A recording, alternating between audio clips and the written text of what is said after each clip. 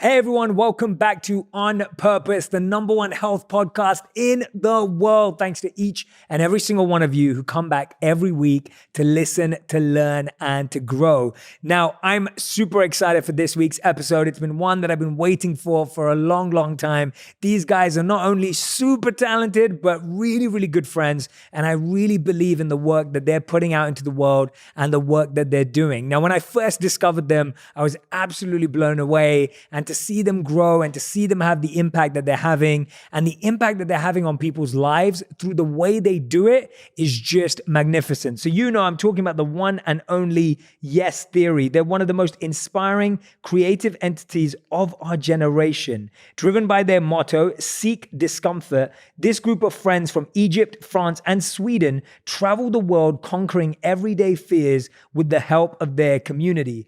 Always choosing love over fear, which I absolutely love. A few days after meeting in summer of 2015, they started a video series called Project 30, where they documented the process of doing 30 new things in 30 days. A few thousand subscribers later, they'd found their calling. Now, best known for their YouTube channel, Yes Theory is based in Venice Beach, California. They continue to produce unique, adventurous, and inspiring content, consistently putting in over 20 million views per month and more, from tackling insecurities like asking strangers for favors to bungee jumping out of a helicopter with Will Smith into the Grand Canyon. Yes Theory is on a mission to inspire, empower, and unify a community of people committed to reaching their full potential by seeking discomfort. Welcome to the show, Matt, Thomas, and Amar in spirit. Yeah. Guys, it's good to have you here, man. So good to be here, Jay. Thank you for having us. You guys are so epic. Like literally, like the stuff you put out is just, I'm like, I wish I was part of the crew, you know? Like that's how I feel. Like you're welcome anytime. Yeah. Really? Yeah. We should take Jay on something. Do you have a big fear that you've been trying to conquer? I would love to figure that out with you. Like that would be fun to figure out, like, what is my real fear? Because I feel like half the time, I don't think when you start breaking down a lot of fears, and I don't think this is true, but you can start thinking like, oh, I have no fears. And that's not true. I think we all have fears. I think I have fears that I don't even know about. So one day we need to do a brainstorm on what my fear is. And then we need to go and figure it out. Totally. And the biggest thing is just finding the fears that you feel like limit you, right? And sometimes it's the image or perception that you have of yourself.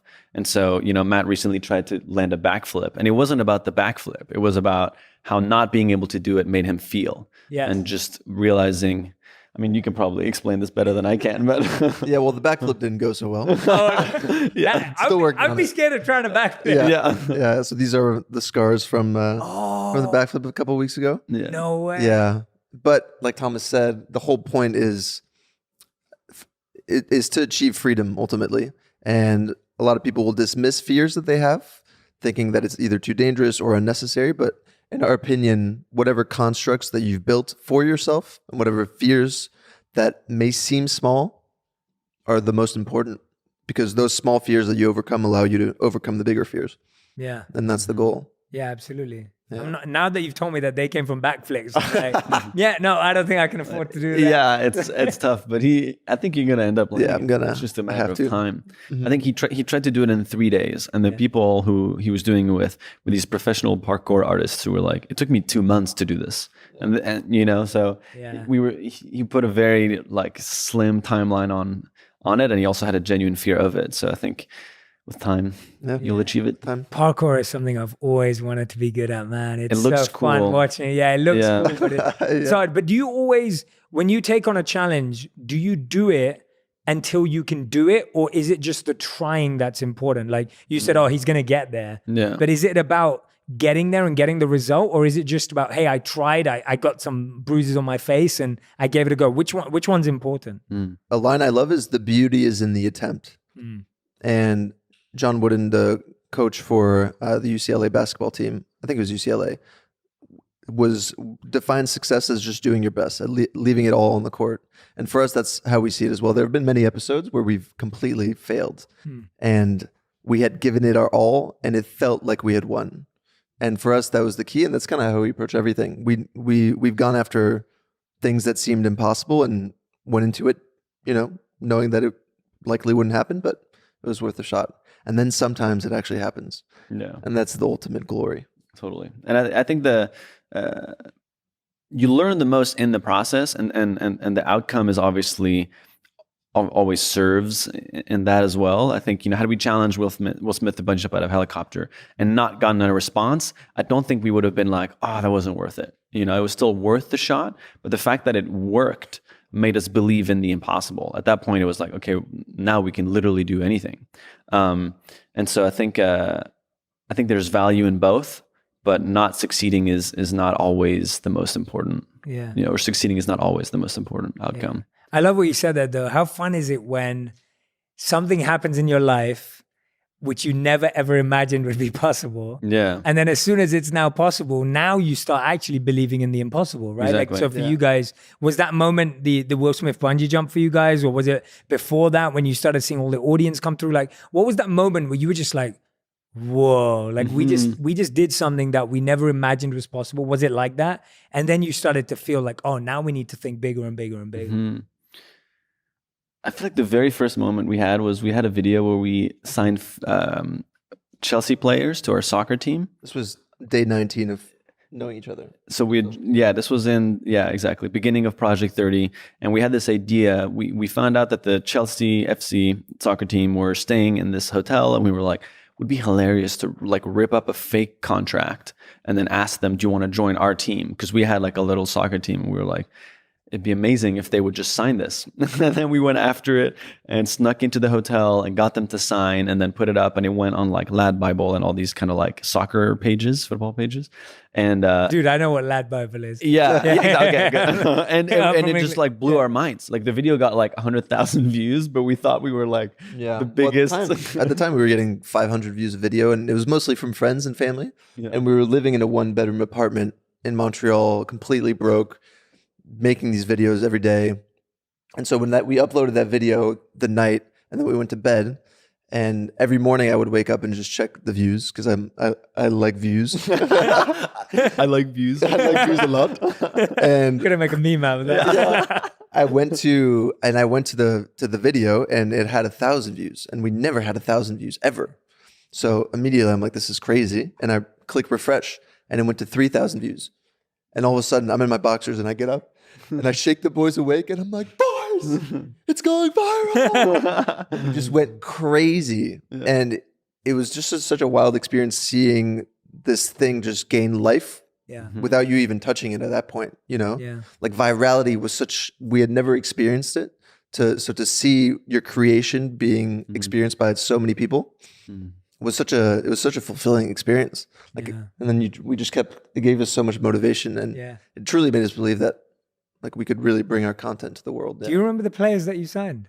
John Terry and Nemanja Mati. Yeah, I know.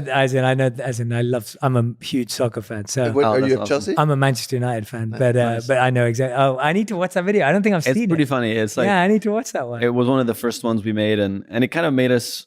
It was the first time a video worked beyond our family and friends. And there's just something you learn when that happens. I'm sure you experienced it too. The first time a video just stands out, you're like, whoa, wait, there's people I've never heard of before commenting on this. It's such a weird experience to have. And I think that really, there's been like moments like that throughout time in the past 5 years we've been doing this that just expanded like what we thought was possible, right? Like that was like the very first one. The very first one was just starting and making the first video and clicking upload, and then seeing that. It's like, oh wow, we have a video. It's up on the internet. Wow. And then second, and then third, and then 17th day we do this, and that happens. And then I think just was it 17th or 19th? 19th, maybe, probably 19th. but basically, like it's the powerful thing with that experience is you just challenge what you expect from yourself, and then you can start pushing that and becoming a better filmmaker and becoming more creative. It's been an amazing journey just learning.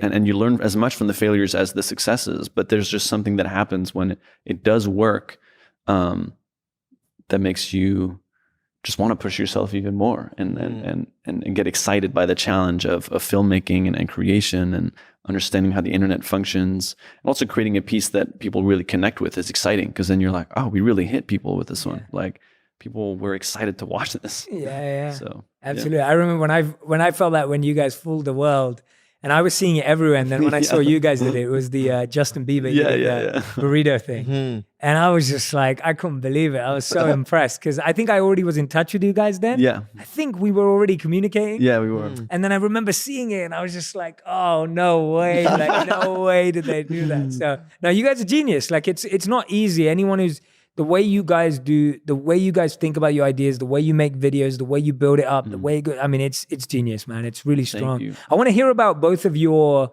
personal journeys of personal growth before Project 30 and Yes Theory. Like, I want to know, what was it in your own life that brought you to make this content? Because let's this could have very easily just been fun content, prank content. It could just be like that, but it's not. It's about seeking discomfort. There's a message. Like, you all believe that there's a rule behind your work, that it has to be centered around meaning and it has to have impact, right? It's not just, oh, let's just make some fun videos that get views. So tell me about your lives independently before Project 30 that already had that kind of mindset. Yeah.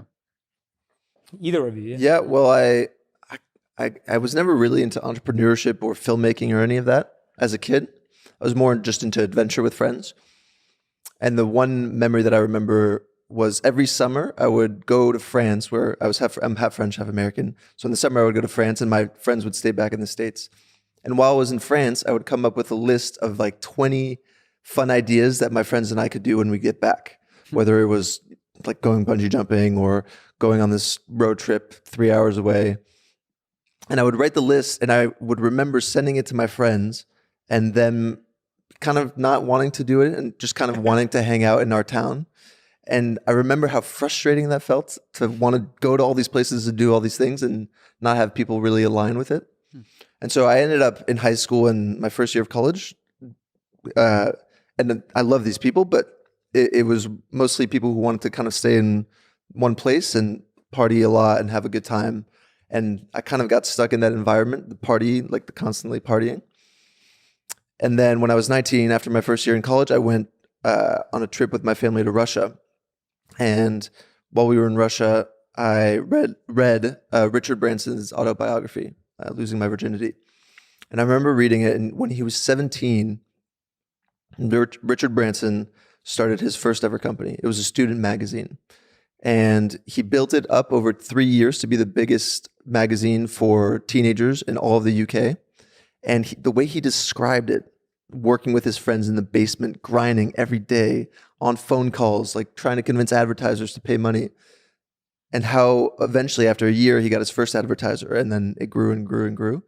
And the excitement of that was so much more thrilling than what I was doing. And I became obsessed. Like, I needed to start a company somehow. And so when I got home after the summer, when I got back to college, I kind of just quit partying. I just didn't want to go out anymore. And I just bought every entrepreneurial book that I could and just dissected everything that these guys and women were doing. And over the next 3 years in college, I tried to start several businesses with different partners. And the first few didn't really work out. But then the last one that I did was a clothing company where we would partner up with street artists from around the world, and we would give back to the homeless in their cities. And that project ended up being my biggest one at the time, and it got the attention of my university. We had a lot of students who were ambassadors. And Thomas was a student at the university, and his class did a marketing consulting thing on my company. And it was him and 3 other students who consulted for me for a semester. And I met him the first day that I met him. They had this like pitch ready for my clothing company. But the one thing that actually stuck out was a story that he told me about sneaking into a big concert like that he loved, of this artist that he loved. And his storytelling instantly captured me. And he had a small YouTube channel at the time. And I instantly went after the meeting to check out the YouTube channel. And I was just so enthralled because he was actually the first person that I'd met that had that same obsession with creating something and sacrificing everything else for it. I'd never met anyone that was willing to grind 24/7 to make something happen. And so we connected pretty much instantly.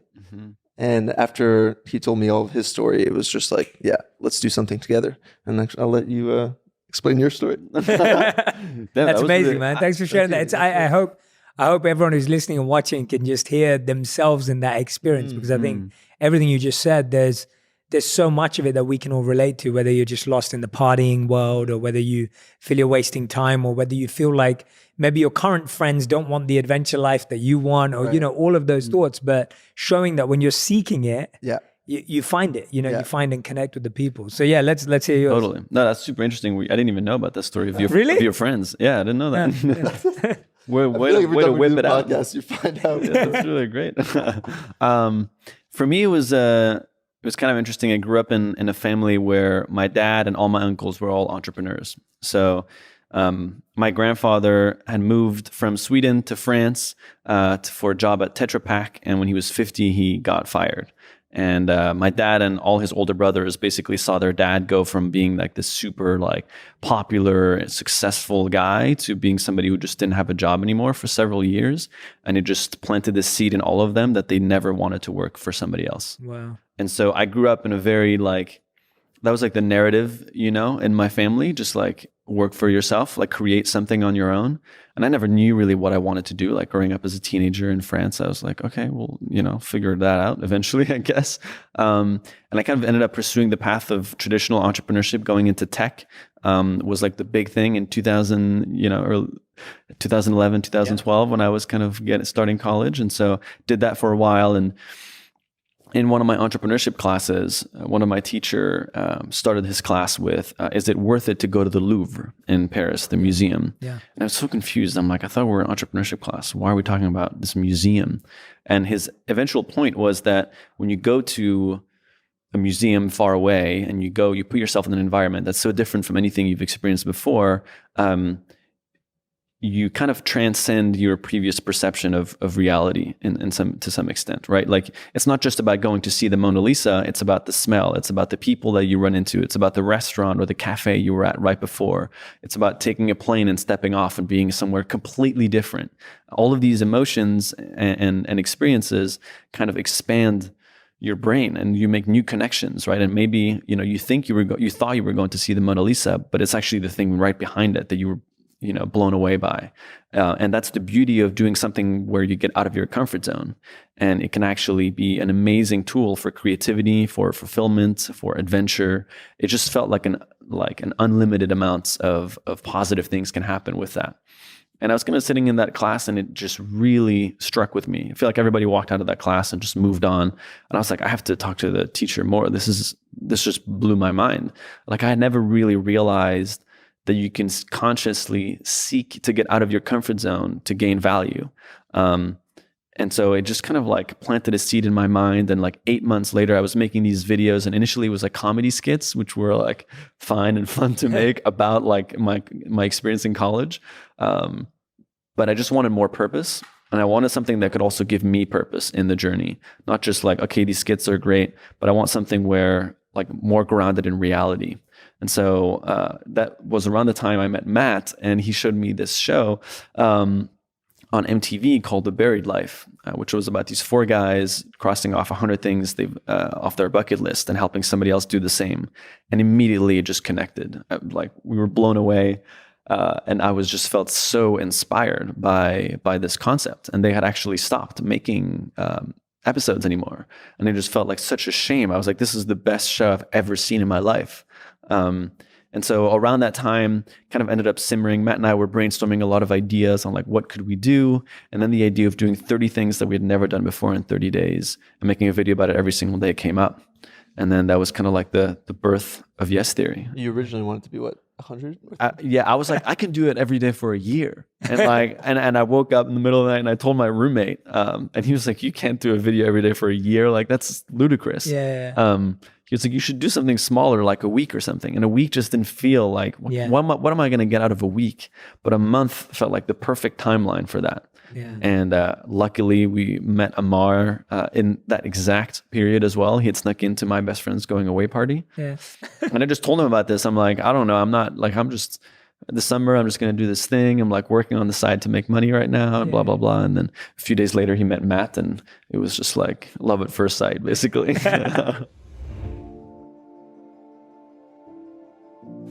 One saying we've all heard so many times has to be, 2 steps forward, 1 step back. To me, I see it as you're still making progress, but there are obstacles that are slowing you down. I believe this applies so much to our health. Many people are sure to only eat organic, high quality, high nutritious foods. But when you ask them if their home cleaning products are safe, most would say, I don't know, or I think so.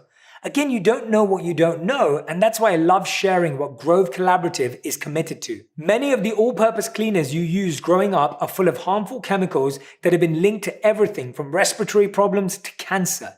You don't need toxins to have a clean home, and that's where Grove Collaborative comes in. They understand that living healthy is more than just eating right. It's about ridding potentially harmful chemicals wherever you can, from the soaps and the detergents you use to their cloth you use to wash your face. Grove Collaborative is an online marketplace that delivers all natural home, beauty, and personal care products directly to your door. Every product they sell is guaranteed to be healthy, effective, eco-friendly, and affordable. Take the guesswork out of what products you should have in your home and go visit their site. Me and my wife love receiving products from them and notice that our home is just as clean, if not better. You won't regret it, and it may actually save your health and your families too. Let's stop taking 2 steps forward and 1 step back when it comes to our health. We now know what to and who to go for. Join over 2 million households who have trusted Grove Collaborative to make their homes happier and healthier. For a limited time, when my listeners go to grove.co/J, you will get a free 5-piece cleaning set from Mrs. Myers and Grove in crisp scents like mint or rose, a $30 value. Go to grove.co/J to get this exclusive spring cleaning offer, grove.co/J. Now, this is something many men usually deal with alone behind closed doors and can never speak about in public. Can you guess what it is? I can't hear your guesses, but I'm sure none of you said skincare. Most guys just feel like splashing cold water on their faces in the morning and before bed is just enough. We tend to believe having a skincare practice is potentially only for someone else. Now, I'm not most guys, and I'm grateful to have great skin, but now I see and understand the value of protecting your skin. If you want to look as good as possible for as long as possible, you need to address your skincare routine now. With anything, prevention is much better than finding a cure. If you want to prevent having bad skin that's damaged, Lumen is here to help. Lumen's mission is simple: to help give men the amazing skin they deserve through high-quality, expert-created products delivered right to your door. All of their products are formulated specifically for men's skin and made to target skin issues with maximum efficacy using top-notch ingredients like charcoal, green tea extract, and vitamin C. I love that you can choose from different skin concerns and they come up with the best management system just for you. Some of you know I've been trying their ultra hydrating moisturizing balm for some time now, and I have to say there isn't a day that goes by that I don't look forward to using it. It's just changed the vibrancy of my skin and also its health. It's something that my wife notices that I know it works. Recently started using their anti-fatigue eye patch. I love them because if I ever look too tired from looking at my phone or laptop all day because of meetings, I can simply take a few minutes to apply them and instantly I appear much more fresh and it really comes across. You deserve to look and feel your best, and here's where you start. Go to lumenskin.com/purpose to get a 1-month free trial of everything you need to start your skincare journey at home. That's lumenskin.com/purpose to get your first month free. lumenskin.com/purpose. I love it, man. That's amazing. Yeah, it's good to hear those stories because I think, I just love the fact that you guys found each other because that seems like such a big thing that you all share this fascination with trying out new things, new experiences. And you have this message, which is, if you want something, ask for it, right? Yeah. Like if you don't ask for something you don't know, tell me about how you became so convinced about that message or where that originated from. Because I think we're living in a world where people forget trying things that you guys try. We're just scared of asking for things on an everyday basis. Yeah. Even if it's simple things, right? Even if it's like really normal everyday things, we struggle. Tell us where that came from. Mm-hmm. Great question. I'd actually love to know what you think. Why do you think people are afraid of asking? I think people are afraid of asking because they think it shows their flaws or it shows their weaknesses. Because if you ask someone for something, it makes it look like you're weak and you're in need and you now have flaws that if they say no, then you now think they're going to think that you're not worth anything or that you've lost value. We generally, I'm just thinking of examples like people get scared to ask for what they deserve in a relationship because they don't want to make the other person feel like they have the power to give or not give them something. Or people feel afraid to ask for, they're having an issue with their building or someone in their life and they feel scared to ask for what they're worth because they're scared again. I think we're scared of giving away power. We think somehow that when we're asking, we're giving the other person the power because they're getting the power to say yes or no. It's almost like we've given them the power already. Yeah. We've handed over our power to other people. And these people get to decide who we are and what we do. And maybe it comes from childhood, from parents just being very stern. I don't know. But it's almost like having a taste of, like the first time you do it, it's so nerve-wracking, whether it's discomfort or asking for something that makes you feel uncomfortable. And then all of a sudden gradually it opens up this kind of freeing environment within yourself where you're like, oh, that did not turn out so bad. Like I asked that person for help and they were so willing to help me. And then I asked that person, to share my post and they did it right away. And then all of a sudden, not only do you ask for help when you need it, but you're so much more empathetic and you're so much more willing to help other people.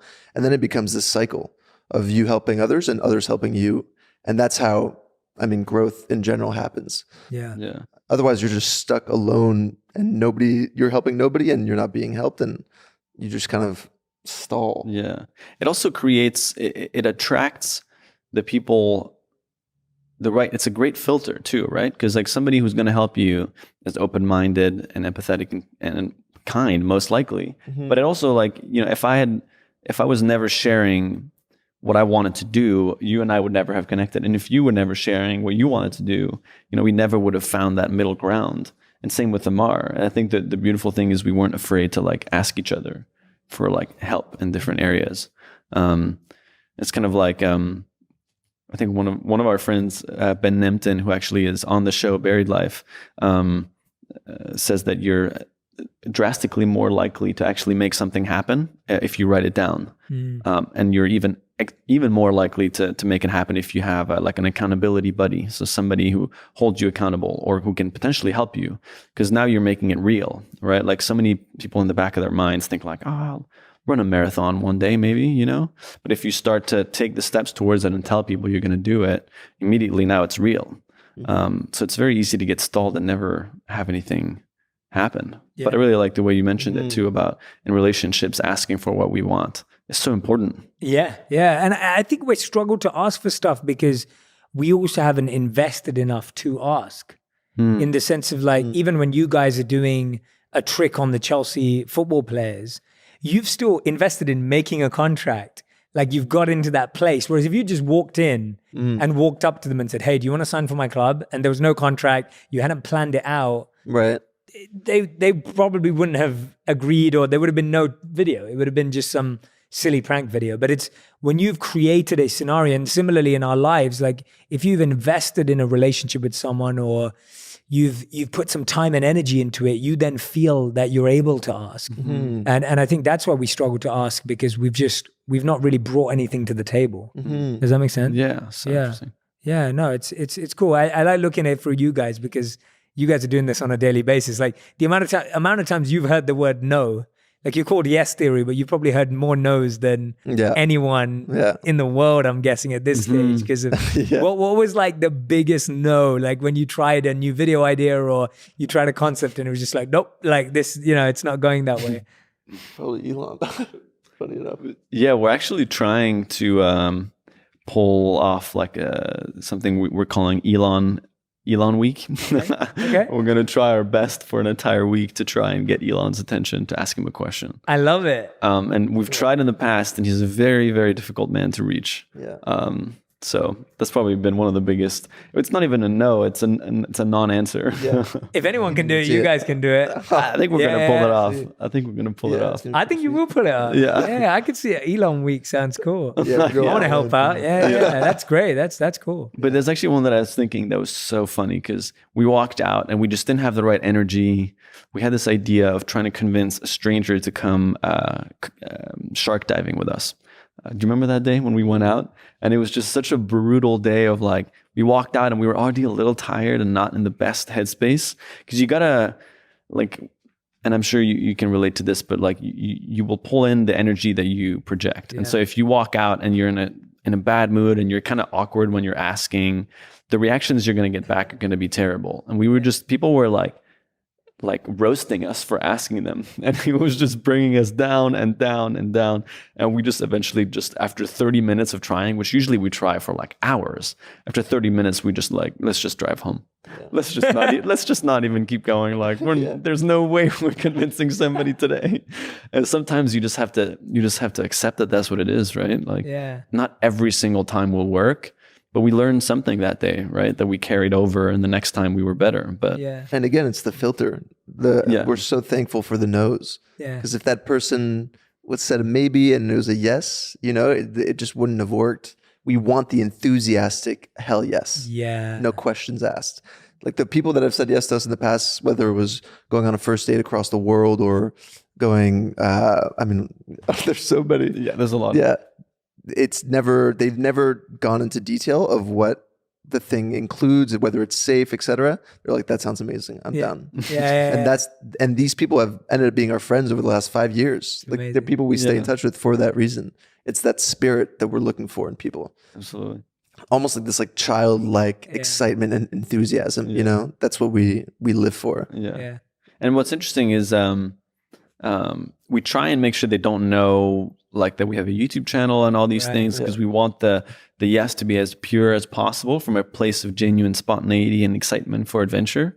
And so when we get that, like we've just been so lucky, like you're saying, to meet some incredible people that were open to 2 strangers or 3 strangers on the street walking around asking them for something ludicrous. And then in the end realizing what we love is keeping, because then it all just becomes more and more positive surprises, right? Like what, we're actually flying to this place, and what, like, it's an amazing thing to just watch it unfold in their eyes and reward them for the trust that they had in that moment. I'm often amazed and shocked when I talk to some of my friends who own businesses. They tell me that they're struggling to grow and expand and do not know what to do. My first response is, do you have proper visibility over your financials, HR, inventory, e-commerce, and more? Most tell me no. So at that point, how can they plan to grow their business? I don't think it makes sense. Businesses that do well know all of this, and the truth is, you can too by signing up with NetSuite. Whether you're doing $1 million or hundreds of millions in sales, NetSuite lets you manage every penny with precision. You'll be able to compete with anyone, work from anywhere, and run your whole company right from your phone, which is incredibly useful. Join over 20,000 companies who trust NetSuite to make it happen. They are the world's #1 cloud business system for a reason.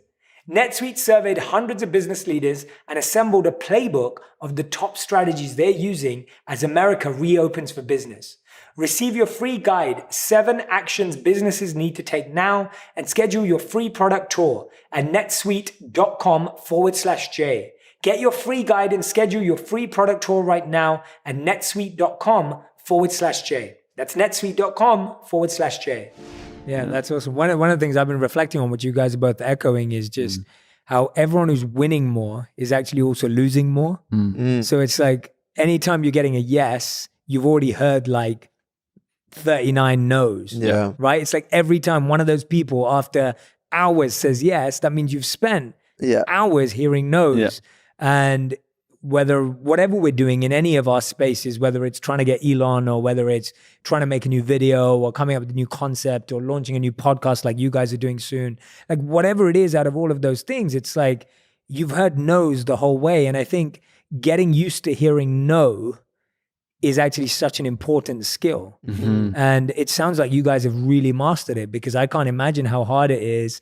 You know, it's so easy for you guys to go on the streets and be like, we're yes theory, like, you know, like, you know, to try and, but I love the fact that you're not actually getting people to say yes because you have a YouTube channel. They're saying yes because you're getting that pure yes, as you said. I mean, that's awesome. I've loved that. Yeah. That's great to hear that, because I think that's hard for people to understand. What's been the, what have you personally learned from breaking through your fears? Like, which one for you was like, I really got over something, right? Like I really broke through something deep, personal, and intimate for me when we did this thing. That was the one where I realized I learned a lot from it. So what was the fear, or what was the challenge, or what was the discomfort, and what was the lesson you learned from breaking through that individually? And it can't be together if it's I know yours. You know mine. Yeah. You can go ahead. For me, probably the most difficult experience that I've had doing this the past 5 years was we went out with Wim Hof Iceman in Poland, and we ended up creating a documentary out of it because the experience was not at all what we were expecting. Like, we thought we were coming out to do the Wim Hof method and learn the basics. And as soon as we got there, he saw us all wearing our Seek Discomfort sweaters. And the first day we're like, let's go cliff jumping in the water. And he's like, okay. And, you know, he's kind of seeing that we're comfortable being in uncomfortable situations. And so he's like, okay, the Wim Hof method is not going to work. Like, this is going to be too easy for you guys. We got to up the stakes. And we're like, what does that mean? And so the next day we wake up and he's just pacing back and forth in the breakfast room. And we're like, what is he? What's going on? And he's like, I don't know if I'm allowed to curse, but he just goes, F the training. We're like, what? We're not going to do any of the training. We're going 10 minutes in ice water. Prepare. You have 30 minutes. Don't eat any breakfast. We're going in 30 minutes. Set your mind. And we're just like, what are you talking about? Like negative 10 degrees outside. Yeah, it's already, there's a snowstorm outside. Typically, if you spend more than 3 minutes in like below freezing ice water, which we were about to do, you can hit hypothermia if you're not careful. Like, there's a lot of risks. Like, there's no medical staff, nothing. We're just like, wait, what? Who has done 10 minutes? And this isn't just like a regular ice bath. This is like a moving body of water. So it actually makes it much more challenging, because when you're in an ice bath, there's like after a few minutes, there's like a very thin coat of warm water that builds around your body. But here it's impossible. Like, you're freezing the entire time. And I put my toes in the water and I was immediately like, I need to get out. Like, within 10 seconds, I thought it was over for me. But we walked in all together, ended up doing this, like saying yes to like, okay, let's do the 10 minutes. Let's try it. In my mind, I was like, I'm going to last 2 minutes, 3 minutes. And I'd never been in so much pain, physical pain, in my whole life. And I definitely do not recommend for anyone to try this at home. But I think having these guys around, and then having Wim there, and he saw that I was the one struggling the most, like pushing me and encouraging me. And then in the end, ending up breaking the 10-minute mark and then running back up to the sauna. And it took me a whole hour to like get back to normal temperature. Yeah.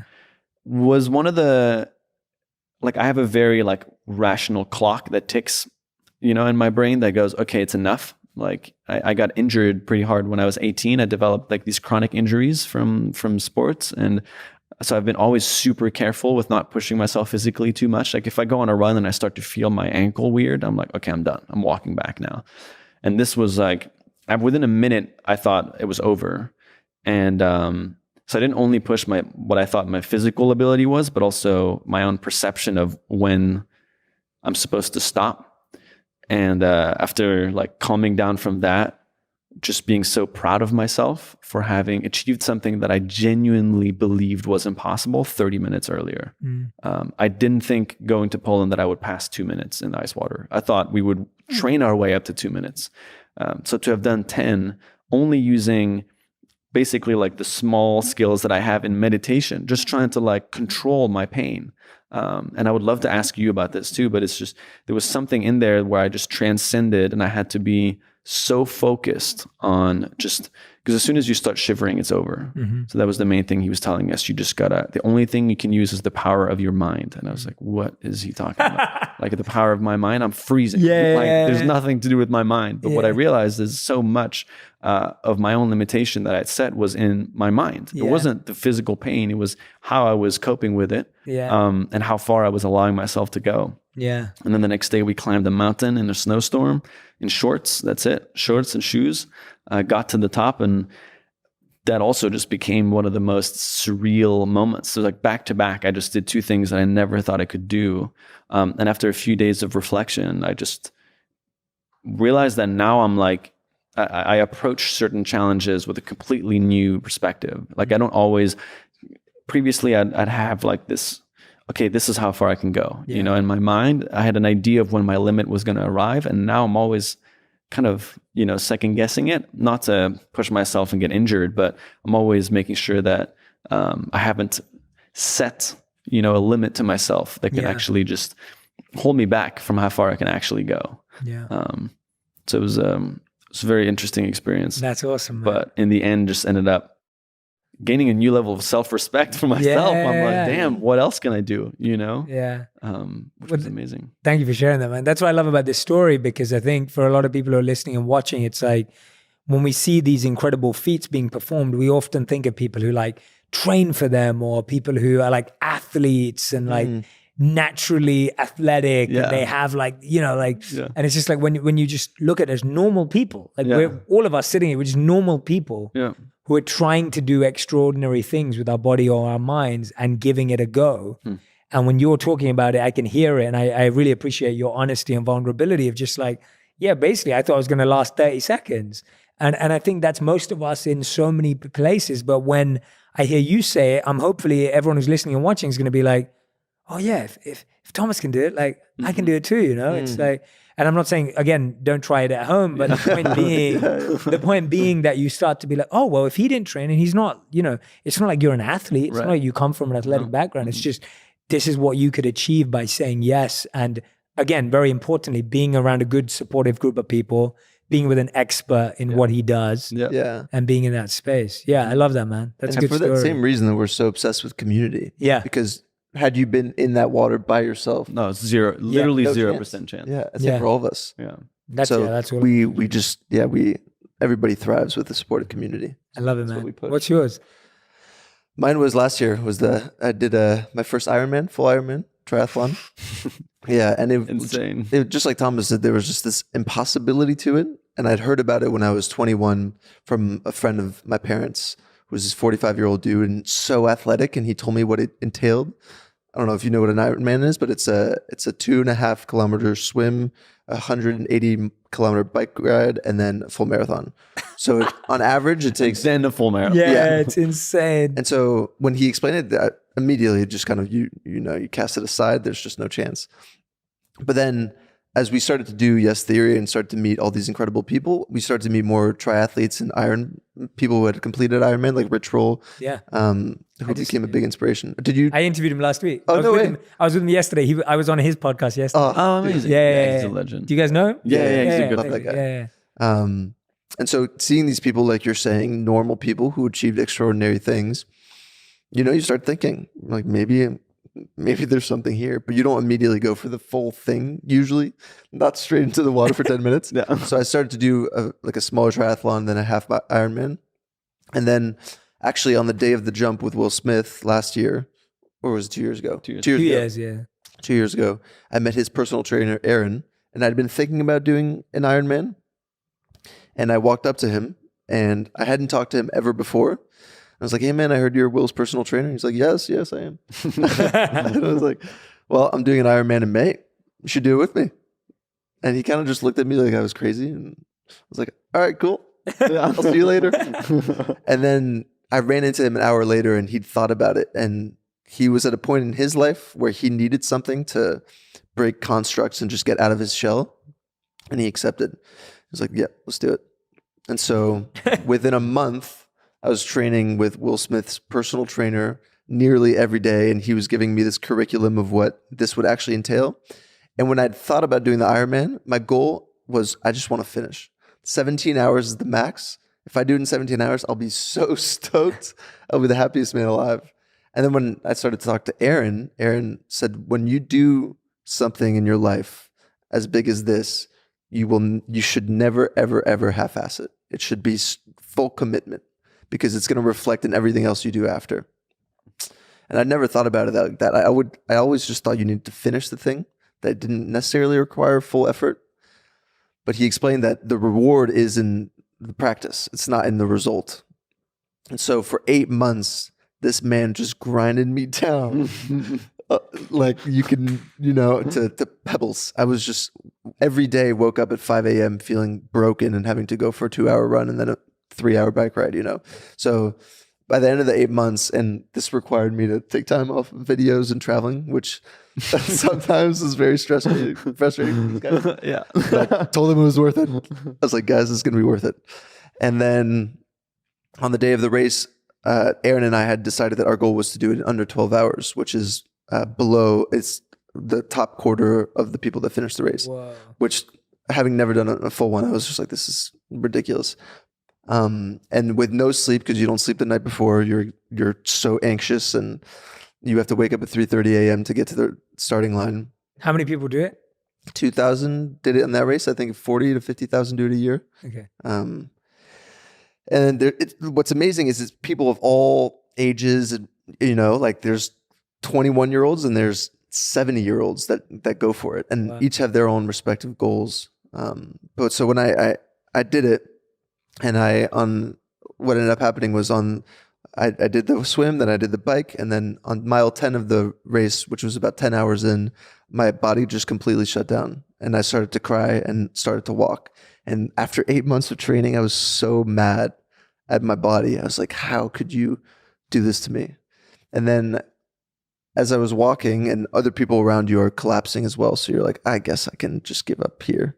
What is it? 16 more miles to go. There's just no freaking chance.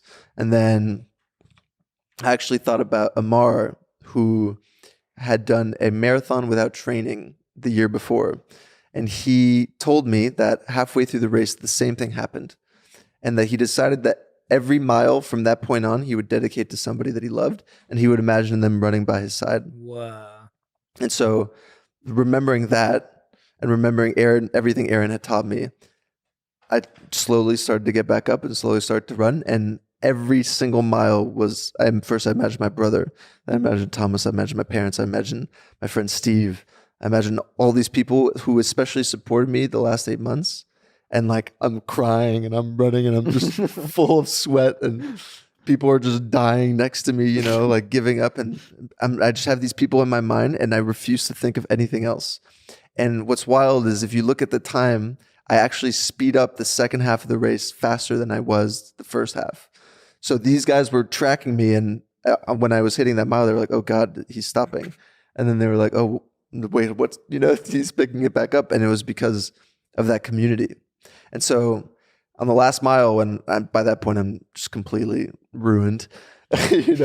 These guys came for the last mile and ran it with me by my side. And by the end, there's just nothing left. And the video at the end is just me collapsing in Amar's arms and then these guys' arms. And it was just, and I finished in 11 hours and 57 minutes. So 3 minutes below the 12-hour mark that I'd aimed for.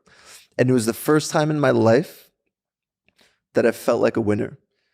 For so long, forever, I was just riddled with self-doubt. It was like, I'm not a winner and I have to, even through yesterday, it was like, like it was motivated by self-doubt to prove to myself. But it was me. Like I had to prove this was just me. And yes, with the support of the community, but it's all in my mind. And to be able to hit your goal under 12 hours and see it visually, and physically has, completely profoundly changed my life. After we went to dinner, I went to dinner with Aaron and I hadn't really thought about the whole thing. I was just happy it was over. And he walks up to me, and by this point, he's like my best friend and my partner, he's just my guy. And he just pats me on the shoulder and he's like, hey, buddy, just so you know, those 3 minutes are going to change the rest of your life. And I just, stood in silence. I was like, wow. And it's been 8 months since that day, and so many parts of my life have changed because of it. So many things I thought were impossible have changed, whether it was with relationships or goals that I had, or even something like approaching a backflip that I never, there's just small things and big things, because I finally was able to prove to myself that I could win. It just changes your identity to go through that discomfort and to come out successful. It's the most blissful, beautiful, freeing experience that a human can possibly have. So to chase that discomfort that's why we preach it, because that's what creates freedom, And even for somebody like you, I'm sure writing a book has been a thing that you've wanted to do forever, for example, and so many other things. But to actually have it in your hands, be like, I made this thing, and it's probably going to be number one New York Times bestseller, baby. Like you did this, and these are physical manifestations of what we're capable of. Yeah. And the reason something like a yes theory or seek discomfort never gets old is because the challenge just continues. What else can I do is the question. And, there's opportunity everywhere. It's endless. And that's what makes life so goddamn exciting. It's like a playground for all your dreams, one after the other, if you tackle them. Yeah. It's the most beautiful thing. And that's that's like our fuel, Yeah. Yeah. That's a great story, man. That's Thank you. beautiful hearing it from your mouth in that way. It's like, it's like I was there with you, I felt when I was hearing you say that, I really felt like I was there with you. And I love that the fears are different. What you find easy or hard is different. Like, as humanity, like we all find certain things really easy and simple and natural and effortless. And there are certain things that we find hard, and it's different for different people. Yeah. And we don't have the same challenges, and we don't feel the same discomfort. Like for some people, 100%. sitting in cold is easy. And for some people, sitting in heat is hard. And for some people, whatever it is, it's different. And I think it's wonderful that you all like let yourselves. You gave him 8 months off from making videos to go and test this, and you had a different test. And this may be because when I hear you guys talk about this, there's camaraderie, there's friendship, there's brotherhood, like there's respect. Like when I hear you all sharing the stories today, and when I watch your content, it's not like a dare. Right? There's a difference, and it's subtle, but it's something that I really want to bring up, is that I don't feel like you guys are daring each other. It's like you're like cheering each other on. You're like wanting the person to win. Tell me about the difference between a real discomfort challenge versus peer pressure. Because I feel like there's a difference, and I feel like you've built a community around really challenging yourselves and rooting for your friends and brothers to win and sisters to win, and you're really rooting for each other. Whereas I feel that in the same way, we often experience dare culture or like peer pressure culture, or like force culture. And I know for me that force culture has always made me back away from challenges. Totally. Whereas the brotherhood has always made me want to challenge myself more. So tell me about how you've been able to understand the difference, and how you've been able to focus so strongly on the positive one. Yeah, that's a great question. Yeah, that is a great question. I think the intention behind it is the most important thing. Like, why are you, challenging this person to do it? Because if it comes from a place of like, okay, I'm going to humiliate this person, or I'm going to, put them in a position that's going to make them feel really bad about themselves, like that's terrible. You know what I mean? Like, or if you're doing it only because you think this might get views, or, if you're doing going down a cart and, in a staircase just because you think it's whatever, it's, that never sits well. Whereas if you're like, okay, I'm going to give my friend 5 minutes to prepare for a stand-up set and sign him up without him knowing, that's a whole different thing, because it's coming from a place of, yes, there's an element of cheekiness, but it's also like a belief that doing this is something that has an element of growth. Like being up and bombing and then coming back down is an experience that is in the moment painful and not great, but in the end, you've now experienced what it is to not do great. And then from there, like literally anything else on stage is not going to feel as bad as whatever that was. There is always something to learn there. And with everything we do, if we ever put each other in uncomfortable or difficult situations, it always comes from a place of love. It comes from a place of, I think, this person is actually going to benefit from this experience. There's, would you agree with that? It's the intention. So was it loving when you sent me to Miami to take the world's longest bus ride? Yeah. Was that love? So I booked a ticket for him and his brother. Yeah. And then 2 of our British friends to take the longest bus ride in America. On a Greyhound. On a Greyhound. Times. Yeah. Yeah, that wasn't love. Yeah. Didn't feel like love. Yeah. But it turned out to be an amazing bonding experience for you and those 3 guys. And then you also got to see the country that you're from. Yeah. In a completely new lens, right? I remember your brother came back and he was like, that was actually really cool. Which is, there's always an unexpected thing that happens, a magic that kind of comes to play when you put yourself in that kind of situation. And yeah, I mean, we sent Amar to Czechoslovakia with blindfolds on when we were in Europe, and he had to figure out his way back with $0. He didn't know what country he was in. He didn't know what country he was in. Slovakia, I think it was. How did he do Slovakia. that? Yeah. So first thing, he walked up to people and asked, like, what country am I in? And people were so confused. They were like, what do you mean, what country are you in? How did you get here? And he's got a blindfold on. No, so he was able to take he's it allowed off. to take it off. Okay. Yeah. He took it off. That we took him there blindfolded, so he didn't know where he was. Sure. And then eventually just ended up meeting a few younger people that thought what he just was doing was hilarious. And then they actually ended up hanging out with them on their farm and got like a haircut. And then eventually got like a couple of euros to take a bus to the border and then another bus. And he kind of just like figured his way back. Who paid for his flight? No, so we were in a neighboring country. So yeah, he had there was a few 3 or 4 connecting buses that he could take, but he also didn't know how that would work. So first he had to because he didn't have his phone either. He didn't have internet. So, but in the end, he ended up meeting these locals in Slovakia. He never would have experienced that otherwise in his life. And there's just, when you're put in those situations, he also knows that we're coming from a place of love, right? We're not trying to humiliate him or make him look bad. We're trying to put him in a situation where he just gets an extremely authentic travel experience and like a survival challenge to be like, now I know that if I'm in a country where I don't speak the language, I don't even know where I am, I can get back to where I came from, which is also a very humbling experience to have. So that's always what it is. Yeah.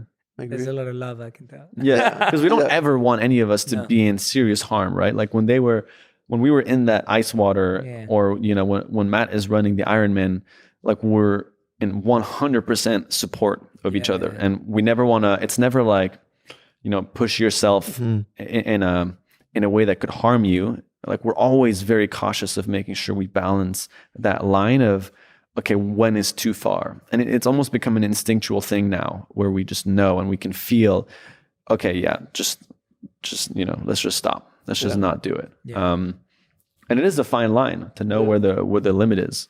But I think now we're good friends and we've spent enough time with each other and also with other people in moments of discomfort and of fear to know when it's time to okay, it's probably gone enough. No, it's nice to hear it. And I think it's an important message because I think it's, I think from an immature standpoint, everyone can get very carried away with dare culture, but the way I wanted to hear you guys talk about it because it's never come across that way. And that's why there are times when I would shy away from a challenge when I feel it's coming from a competitive comparison place, as opposed to when I feel it's coming from a compassionate, loving, let's kind of do this space, and it's really interesting to just see how things have changed. You guys remind me of so many things. When you talk about this bus journey, I did this. I talk about it in my book, Think Like a Monk. I talk about, it was between 48, I can't even remember how long it was, but it was definitely between 48 to 72 hour train journey in India. Wow. So it's from Mumbai to South India. So it's a long journey all the way across basically a lot of India. And because we were monks, we traveled third class, meaning you're traveling on the cheapest economy level ticket on a train. And the trains in India, there are people who pay for tickets and then there are people who just jump on and ride as long as they can. So you've got us sitting on seats, but you're now sitting next to 3 other people who have not paid for that seat. And there are all these people on the floors and it's crowded, it's packed. Wow. There's no space.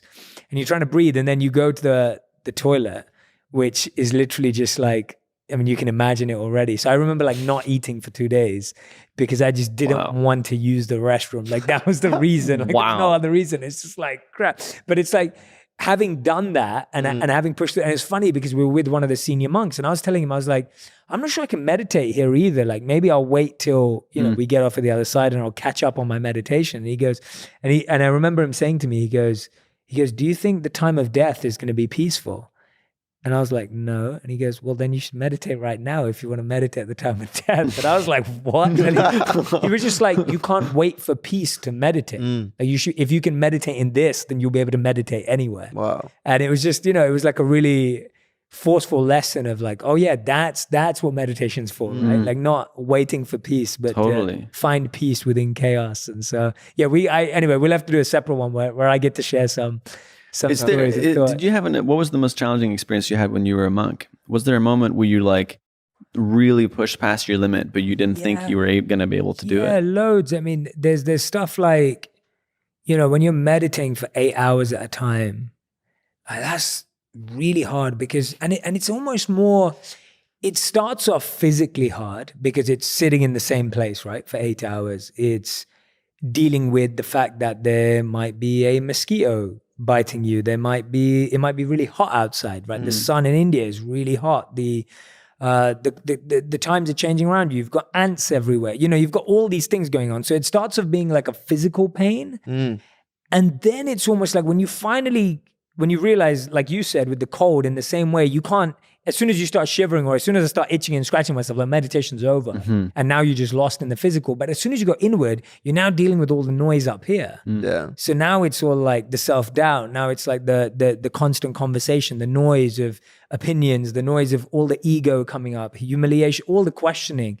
So you're now lost in this mental space. Yeah. And like all the kind of like every piece of self-doubt, every question you've ever been asked, all the mistakes you've made, everything just comes to the fore. And now you're dealing with that. Yeah. And then you have to go beyond that to finally reach a space of quiet. So it's much more of a subtle internal battle as opposed to an external pain, which I think all of it is. Like even hearing you say that, like, it's funny, our teachers used to say that whenever you get stuck in meditation, you should meditate and pray for those who are in need. So you would think of someone who needs that extra hour of your meditation and you would dedicate that extra hour or half an hour of your meditation to that person because that compassion would pull you through. Even if you weren't doing it for yourself, when you felt you were doing it for someone else, you could break through. So hearing you say that was super powerful. Like, so for me, it was more like having to break through that noise and really being able to silence and quiet the mind. Fasting was really tough. Like, I don't know if you guys have tried any fasts, but when we would do like no food and no water for 3 days in a row. No water either. Yeah, no water either. Like that kind of stuff was really tough. While having to meditate. Yeah, and you can't sleep. Like you can sleep normal hours that you sleep, but you can't sleep during the day to avoid being awake. And so stuff like that was, that's when I started to fast, because I was like, you can't live without food. Like, that feeling of water. When you push through that for the first 24 hours that you do it, you're like, oh wow, like, my body can actually live off of a lot less than I believe. So things like that, being in extreme heat and extreme cold, it was never the cold baths, but it was like whether we were at the foothills of the Himalayas, and we would bathe in the Ganga or the Ganges as it's known. And up there it's freezing. Like, it's just, it's not nearly at the source of where it comes from. So yeah, those kind of experience, similar to yours, but not in the same, for us, it was spiritually motivated from the point of view of there was some spiritual purification. It was all about cleansing and purifying the mind and breaking the doubts that we have in the mind. So similar to the way you guys are saying it, but do you ever, this is kind of a weird question, but do you ever miss that focus? Like, do you ever, because now you're doing so much, you have all these things happening, you live in Los Angeles, which is probably the noisiest city in the entire world for all these things happening. It's the polar opposite of what you were doing before. Do you ever miss that kind of environment? So I feel like I'm applying the same mindset that I applied there to what I'm doing now. And that's why I feel like I'm still thinking like a monk. And I feel like you guys are too, because all I'm doing is, the noise is different. The challenge is different, but the mindset needed is the same, right? It's like taking that same mindset of how do we not get distracted in the noise? How do you not get carried away? How do you not get lost in what's happening here? So I feel like I'm using that toolkit, and I have to constantly sharpen that toolkit and get better at it. But I kind of love being challenged the same way as what you said. Like, it's a different challenge. It's a new challenge. And now the challenge is far more mental and subtle and almost less gross and physical. But it's still there. And I enjoy that. I think I thrive off of that as well. It's just that the challenge is not as tangible anymore. For Like, sure. it's not necessarily breakthroughing a number of days or a number of minutes, but it's like breaking through like your ego, which is really hard and painful to look at. Yeah. It's a tough one. So it's that kind of, it's that kind of challenge. So no, I feel, oh, sorry, man. I just feel like, I feel like it's a different challenge. Yeah. Do I miss, I go back and stay with the monks again every year. So I still do that every December and January. Me and my wife go back and we spend 2 to 3 weeks meditating again for long amounts of time and with the monks and everything. So I kind of get to relive it. And I feel like the challenges I have now make me more grateful for those experiences. Yeah. So, yeah. Yeah. It's amazing. You have more experience with that stuff than all of Los Angeles, actually. Yeah. And so do you with everything you've done. Okay, that's good. I can talk to you guys for hours. I know you guys have got to leave soon. So I feel like we need to do a part 2 as well. Yeah, that would be This has great. been amazing. Oh, yeah. Like, I have learned so much from you guys.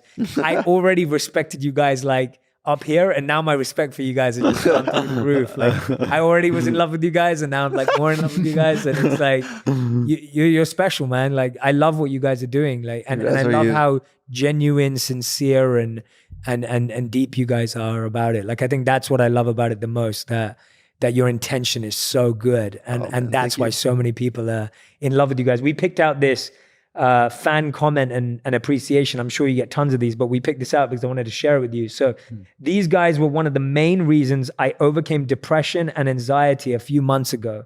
I suppose my story relates most to what Thomas was saying at the end, that yes theory is not about quitting your job or dropping everything, but just about making time to do things that take you out of your comfort zone. I mean, how does it feel when you hear people breaking through like depression and anxiety? And I'm sure you've had, all sorts of feedback. Like, how does that feel when you hear that? Relatable, because we struggled with both of those things a lot. And the reason we're so obsessed with the message is because it's been a path for us as well. So I see myself in a message like that completely, When we first met, we were anxious messes trying to figure out life, and we still struggle with anxiety, and obviously meditation helps, being around people like you helps, and discomfort helps. And that's why a person like that not only benefits from, the content and watching us, but from the community that they create around themselves. And the only reason we've been able to do what we do and grow as people is because of, our community. So it's every single time it's just like, damn, that's me too. Yeah. I'm, we're in this together, baby. Yeah, absolutely. Yeah. And it's an amazing byproduct of what it is that we're creating. And we're so grateful that we're making videos that can touch people in that way. Because as Matt said, like, anxiety has been something we've struggled with, and Amar struggled with depression. So to be able to give people something that gets them out of that headspace, or at least makes them realize that it's possible, is the most rewarding part of everything that we do. And do you feel that your service is also your antidote to that depression and anxiety? Absolutely. Like, do you feel like what you're doing is what helps you get through it? Or what are you guys using to, apart from meditation or being around the right people, what else are you guys doing to get through that yourself? I think other than the classic, exercise, therapy, all that. Which is all important stuff. Yeah. Much needed. Yeah, I feel like if people don't have a great morning routine based around, for us, it is Matt got me into meditation and exercise, and then, weekly therapy, and then just journaling as well. All of these basic things seem quite simple, and you hear them everywhere, but there's a reason why everyone says they're beneficial, right? It's because it actually does make a difference. So for me, like, giving myself time in the morning to do it too. So I'm not just rushing it to be like, okay, I'm going to meditate 5 minutes and then exercise 20 minutes, but rather like being intentional with it has made a big difference. I think honestly challenging who you think you are, like finding ways to challenge these constructs that you've built in your head.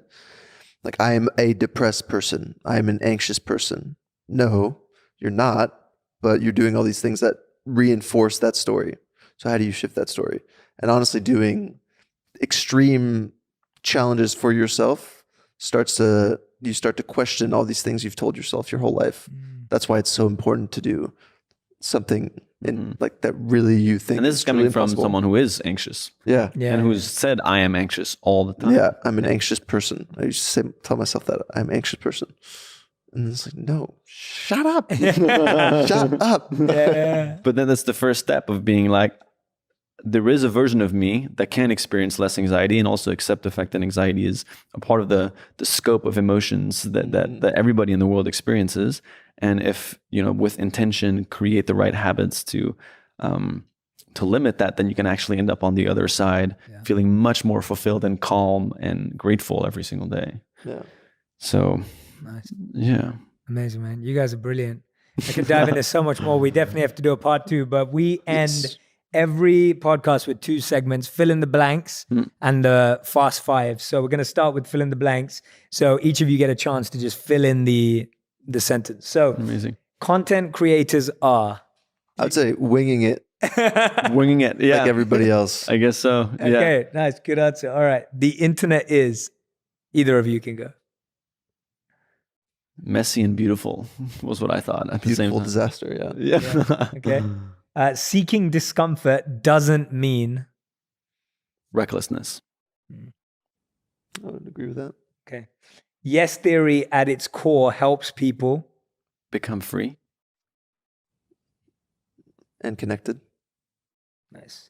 What impresses me most about humans is their ability to. Overcome challenges.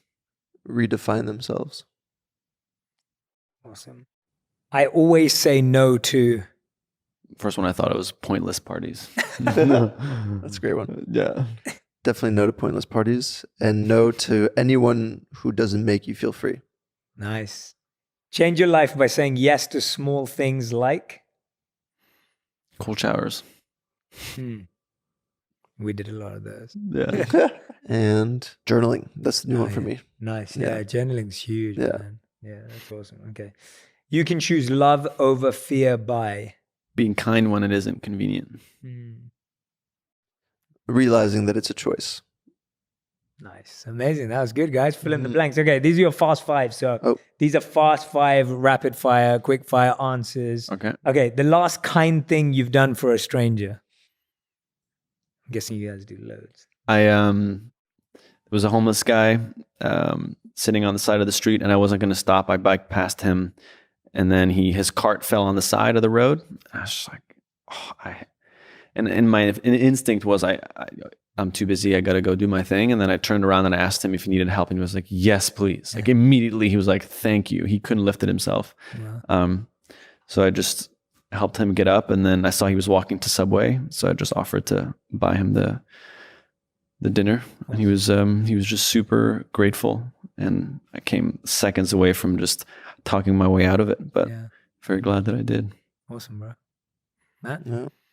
Our most recent thing that we did as a group was renovating in a lady's house her backyard, that we met because someone said that she was the kindest person that they'd met.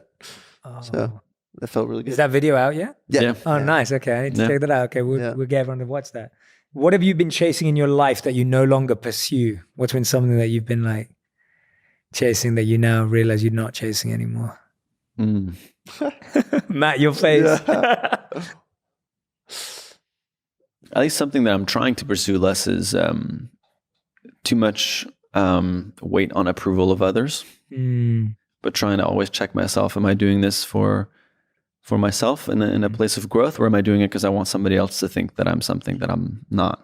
Yeah. I'm trying to pursue less of catastrophizing. It's not the end of the world if certain things don't go right sometimes. Yeah, for sure. Yeah. All right, cool. As an anxious man, I can relate. The third one, the one video you'd love my audience to watch and why. One of your videos that you'd love my audience to go check out after listening to this interview. I think the 2 that we mentioned, Iron Man and the Wim Hof documentary. Yeah, those are great. Yeah, we're very proud of those. Great. All right, guys. Make sure you go check those out. I say. Question number 4. If you could create a law for everyone in the world to follow, what would it be? That's an amazing question. I got it from my good friend Drama. You know Drama? Yeah. Mhm. Yeah. So he asked me a similar question. So Nice. we adapted it. I would say like doing a random act of kindness on a weekly basis, like getting out of your way to help a complete stranger or maybe someone in your family or friend, without them needing to ask you for help, just offering it, or trying to, get one step ahead and seeing that you can offer a hand. Nice. Yeah. That's a good one. To tell someone something you're afraid of. Interesting. Mhm. Wow. Genuinely afraid of. Yeah. That's a unique one for sure. Nice. All right. Fifth and final question. What was your biggest lesson personally from the last 12 months? The biggest lesson you've learned in the last 12 months? For me, it's perspective. I've been thinking about it a lot especially the past few weeks. Just I'm in control of how I see a situation, and I can be extremely upset or, feel defeated from a failure, or I can decide to see it as a learning lesson. Something that I love recently is life doesn't happen to you, it happens for you. I'm sure you've heard that quote before. Good one. And just having that perspective, and always reminding myself of that has been such a life-changing lesson. I think the lesson for me is, and I think you both, because you've been in longer relationships than I have, especially you, Jay. But the advice somebody recently gave me is when you're especially starting to see someone that you're interested in, that it's never supposed to feel hard, that it should actually feel, whether it's a friend or somebody you're dating, it should feel very easy. Yeah. And very open. And I think I've always had this common misconception that it's supposed to be this difficult romantic struggle or whatever. But I think, now I don't know, I've kind of realized after struggling with many different kinds of relationships that the best ones are actually the easiest, where you feel the most comfortable with the person. Yeah. So. Yeah. I love it, guys. That's Yes Theory, everyone. You guys are amazing. Matt and Tom, thank you. Cheers, dude. Thank Thanks you for doing this, man. Appreciate you guys it. you guys are brilliant. And I hope that today's allowed people to see the depths of your minds and just how much you're both dedicated to this process. Like you guys are really living it, and that's the best part about it. You guys are genuinely testing yourselves. You can see how much growth and learning's happening in those minds and through the lives that you're living. And yeah, I'm so excited to be friends for decades. Absolutely. Because I feel like, we're all so lucky that we're meeting each other now. Yeah. And I feel like one day we're going to look back when we're like 70 years old, Yeah, 8 years old, and we're going to look back at like all the stuff we used to say and all the stuff we used to do. And it's going to be fun to be able to live that life together, it's going to be exciting. I'm so grateful to know you guys right now. And I'm just so excited to see what you do. I'm excited for your podcast. Yeah. That's about to launch. Tell us a bit about that, and tell us a bit about why people should listen to it and where people can find it, and absolutely why you started one. I'm excited. It's finally an opportunity for us to go deeper. And in the videos, you can't always really understand how an experience became powerful and what we actually learned from it. And so it's an opportunity for us to bring in some of the most I guess it's an opportunity for us to bring in some of the most exciting people that we've met along the way that have truly changed our lives, and dive deep into what we've learned and how you can apply it into your own life. So obviously your podcast is very targeted, is very oriented towards self-improvement. And at the core of our message, that's what, we definitely align on that. Yeah. And so what we want to do is just give people an opportunity to really dive deep into the topic of discomfort and into self-improvement, to then just be able to grow and as a community and as individuals. Amazing. What's the podcast called? It's called the Yes Theory Podcast. Easy. Super Nice. simple. Is there anything you want to say about the when? It's launching. Do we have the exact date? So it's launching early April. Okay, so by the time this is out, people will know that it will already be out. So if you're listening to this, it's already out. Yeah. Go and find it. It's an opportunity to dive deep into discomfort and hopefully get some incredibly insightful conversations. Amazing, man. Yeah, go follow these guys across Instagram. Follow them on YouTube. Of course, subscribe if you haven't already. Go check out the podcast. Highly recommend everything they put out. Thank you, bro. And yeah, Thank you, just so grateful to have you guys on. Thank you so much, man. Appreciate it. Read your book. Yeah, I'm excited to get it to you guys. Yes. Yeah. Thank you, man. Congratulations on that. Thank you so much, man. This was awesome. Of course. Thanks everyone Thank for you. listening. Make sure you share on Instagram the biggest takeaways from Matt and Thomas and Amar and Spirit. Tag us all in on Instagram to let us know what you gained, what you learned, which was the wisdom nuggets that stood out to you. And I can't wait to see them. Make sure to tag all of us so that we can reciprocate and engage with you guys. Thank you so much for listening. Take care. Hey everyone, my name's Jay Shetty and welcome to my YouTube channel. Every week I'm sharing 3 videos that are going to help you feel more fulfilled, feel more happy, and more successful. Make sure you subscribe to this channel so that you can find out about the videos as soon as they launch. Press the like button and leave a comment, and let's keep making wisdom go viral together. Make sure you subscribe.